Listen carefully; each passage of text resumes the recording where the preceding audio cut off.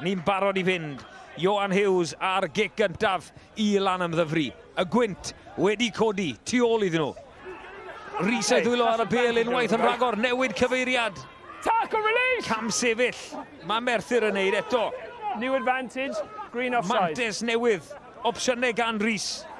Watkins, o'n llwyddo dadlwytho fyna. Rhys yn cadw'n fyw unwaith yn rhagor! Oedi'r cais wedi cael ei roi, odi ma fe. Y blaen asgellwr, Osian Davies. Osian Davies, Lanymddyfri yn croesi am gais cyntaf y prynhawn. Mae hwnna'n cais da iawn gan Lanymddyfri yn dangos pwyll ac ymynedd yna wrth nhw groesi llinell. Stewart Worrell yn cael ei lorio am ddiffyn da iawn. Lee Rhys, newid cyfeiriad. Edrych am opsiynau. Gol adlam. Os digon ar honna, os digon ar ni, athi drosto. Do, athi drosto. Merthyr yn cwyno bod y bel wedi mynd mlaen o'r dwylo. Man oedd y barnwr teledu, byn nhw yn edrych. Ond ar y foment yma, mae'r gol adlam yn mynd i sefyll i Ioan Hughes ac i Lanymddyfri. Mae hwnna'n cic arbennig o ongl Mwrdyn. I'r blaen maen nhw yn mynd. Hwn wedi bod yn dipyn o arf.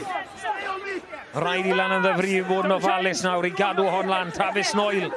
Ond dwi'n moyn chwarae'r bel. Nawr mae'n mynd y llawr, a maen nhw'n drostodd. Cais i dan gol, yr eilydd o fachwr.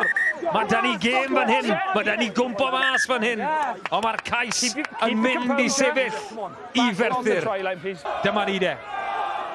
Rhys lan yn y blaen, mon yn sgarnes ymudol, mon yn arf i Ferthyr. Odyn nhw'n cael hyrddiad mlaen. Bydd rhaid i Lanymddyfri daflu popeth mewn i hon. Mae wedi mynd mlaen o'r dwylo. Bydd i goliaeth fydd hon. Mae'r gêm ar ben. Lee Rhys yn gofyn. Ioan Hughes yn cicio ddi, ond dyw i ddim yn farw. Ond dim mantis drosto. Byddwn ni'n gweud bod mantis drosto. Okay, that's time. Drama reit ar ddiwedd y rownd gyn-derfynol yma. Oedd y bel dal yn fyw, ond dim mantes o cael ei tharo mlaen gan law Merthyr yn golygu bod y gêm ar ben. Bydd i goliaeth i Lanymddyfri. Mae handel di gwasgu'r bwtwn to. Mae yma o hyd yn cael ei chwarae dros yr uchel seinydd.